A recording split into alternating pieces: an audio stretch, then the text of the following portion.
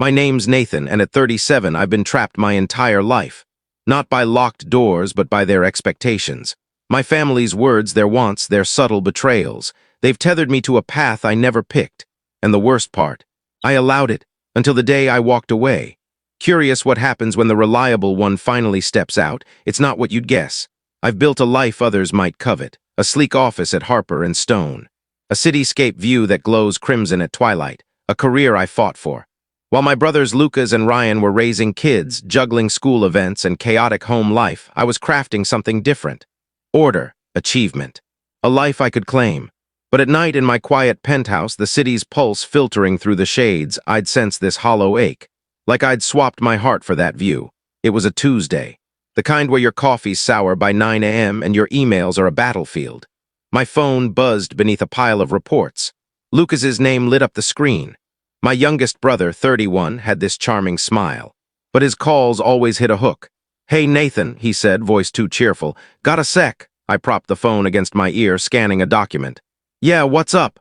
"Mom's hitting 60 soon," he said, like he was pitching a fantasy. "We're planning something big, family event. Everyone's gotta chip in." I paused, pen frozen. "How much?" When he named the figure, my throat tightened. It was more than my last home repair. "I know it's a lot," he hurried on. "But it's for Mom. You're good for it, right?" I should have questioned him, should have noticed the crack in his voice like he was concealing something. But I didn't, I never did. "Fine," I said, already opening my banking app. "I'll send it now." He thanked me too fast and added, "Oh, and clear your calendar for her birthday week. You won't want to miss it." The call ended and I buried myself in work, unease coiling in my gut like fog I couldn't shake. For weeks I pressed Lucas and Ryan for details. "What's the plan?" I'd ask. "You'll love it," they'd say, or "Just trust us, man." Their evasiveness wasn't teasing. It felt like a barrier I couldn't cross. Once on a late-night call, Ryan let slip, "It's gonna be massive, but you'll have your plate full." His laugh was sharp like broken glass. I didn't push. I never pushed. But something in my core whispered, "They're hiding something from you." The truth hit at a Sunday breakfast, the air heavy with the aroma of fresh pastries and Dad's old camping tailies. Everyone was there. Mom, Dad, Lucas, Ryan, our cousin Leela, her spouse, my nephews, and niece. The table buzzed with chatter, cups clattering, kids laughing. Then Lucas set his mug down with a deliberate tap. "So," he said, glancing at Ryan, "we've finalized Mom's birthday." The table burst with excitement. "We're all heading to Willow Creek Estate," he declared. "A full week, wine tour, evening feasts, the whole deal." Mom glowed, hands clasped. Dad rambled about nearby fishing spots. My brothers were already mapping out their winery visits. I smiled, waiting for my role in this, but their eyes slipped past me like I was invisible. "Wait a minute," I said, setting my mug down. "When was this decided?" The table fell silent. Mom's smile faltered. "Well, Nathan," she said, her voice too soft, "we were hoping you'd do us a favor." My stomach churned. "What kind of favor?" "We need you to manage the family business," Ryan said like it was trivial. "The books, the calls, the whole thing." I blinked. The family hardware shop, a crumbling relic Dad wouldn't let go, was a tangle of overdue bills, delayed orders, and frustrated vendors. A week running it solo was a disaster. "You're kidding," I said, waiting for a chuckle. Silence, just the clink of a spoon. "You're great at that stuff," Mom said, her smile strained now. "You always sort things out." But that wasn't the worst of it. I pushed back from the table, my chair scraping the floor. "You planned this entire trip, used my money, and now you want me to stay back and play clerk." My voice was calm, but inside I was fracturing. Ryan rolled his eyes.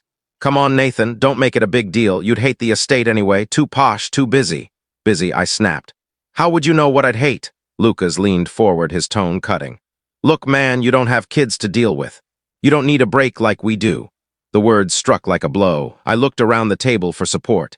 Dad stared at his plate. Leela toyed with her napkin. Mom just said, "It's for the family, Nathan." I grabbed my jacket and left. Their voices trailed after me, already back to winery plans like I'd never been there. That night I paced my penthouse, the city's amber glow mocking me through the glass. Memories flooded back, every time I'd said yes. At 19, working weekends at the shop so Mom could help Ryan with his art project. At 23, skipping a trip to fix Lucas's truck. At 28, covering Leela's rent when she was between jobs. Always the reliable one, always the one who gave.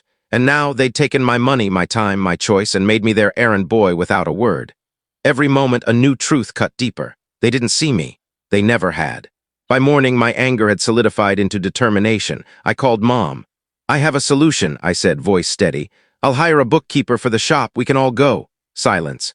"Then that won't work, Nathan," she said, her tone cold.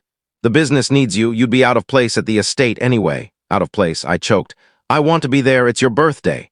"You're not exactly a crowd pleaser," she snapped. "You stress everyone out." Click, she hung up.